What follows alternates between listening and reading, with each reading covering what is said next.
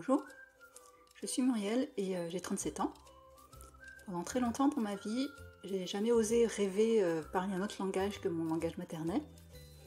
Surtout puisque à l'école, en fait, on m'a jamais considérée comme étant une personne douée pour les langues. Donc, quelque part, j'avais accepté cette situation. Mais aujourd'hui, les choses sont différentes. Aujourd'hui, je parle un second langage et je suis tout à fait capable d'avoir des conversations avec des personnes natives de ce langage. Et ces conversations ne se limitent pas à bonjour, comment tu t'appelles et d'où tu viens. Donc ce second langage a vraiment enrichi ma vie.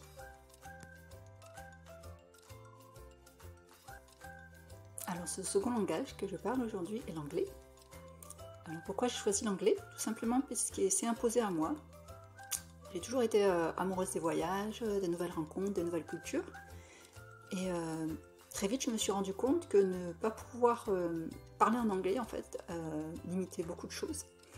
Et j'avais envie d'explorer plus de choses. Et je me suis rendu compte, à travers justement ces voyages, que beaucoup de gens parlent anglais, même si ils ne parlent pas parfaitement la langue. C'est assez facile de se faire comprendre à partir du moment où on a une base. Et c'est la raison pour laquelle j'ai choisi cette langue.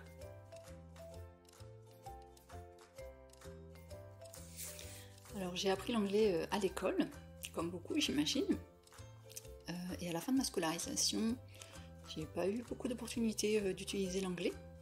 Donc je dirais pour la première partie de ma vie avec l'anglais, c'était quelque chose de très théorique, quelque chose qu'on apprend et qu'on répète, mais qu'on n'utilise pas au quotidien. Les choses ont changé il y a quelques années quand j'ai eu une opportunité de déménager à l'étranger.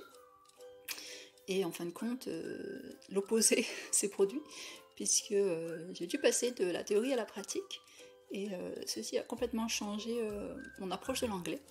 Et j'ai commencé à avoir vraiment une certaine notion de ce qui est possible ou pas avec un autre langage, au-delà de la théorie.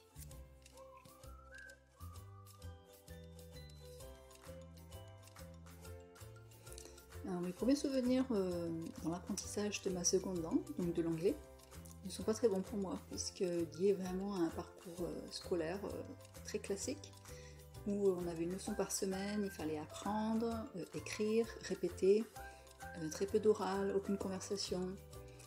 À la fin de mon parcours scolaire, j'étais incapable de faire une conversation en anglais. Et pour tout vous dire, je voulais plus entendre parler de l'anglais, jamais de ma vie.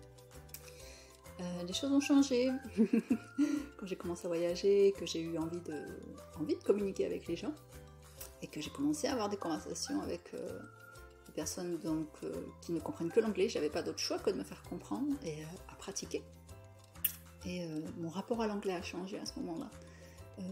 C'était pas plus facile parce qu'au début il faut pratiquer, on n'en comprend pas, on ne sait pas quoi dire, on ne sait pas comment dire, mais au moins on apprend et on voit les résultats dans le temps.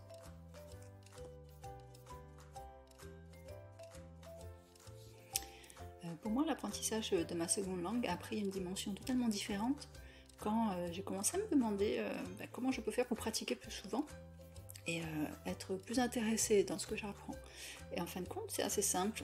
Au lieu de me dire il faut que je pratique, j'ai commencé à intégrer la langue dans ce que je faisais au quotidien, dans ce que j'aimais faire au quotidien. Par exemple, j'aime cuisiner, donc au lieu de chercher des recettes en français, j'ai commencé à chercher des recettes en anglais. De même pour les films que j'aimais regarder, j'ai commencé à les regarder en anglais, etc.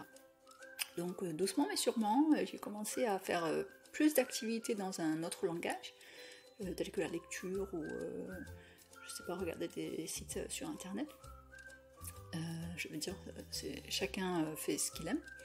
Mais l'idée c'est vraiment d'intégrer la seconde langue à ce que je faisais au quotidien. Et ainsi, c'était vraiment du plaisir, apprendre du vocabulaire que j'aime et pouvoir parler aux autres des sujets qui m'intéressent et pas des sujets dont je connais le vocabulaire. Donc voilà, ça c'est ma petite suggestion pour améliorer votre apprentissage et prendre plaisir dans l'apprentissage d'une seconde langue.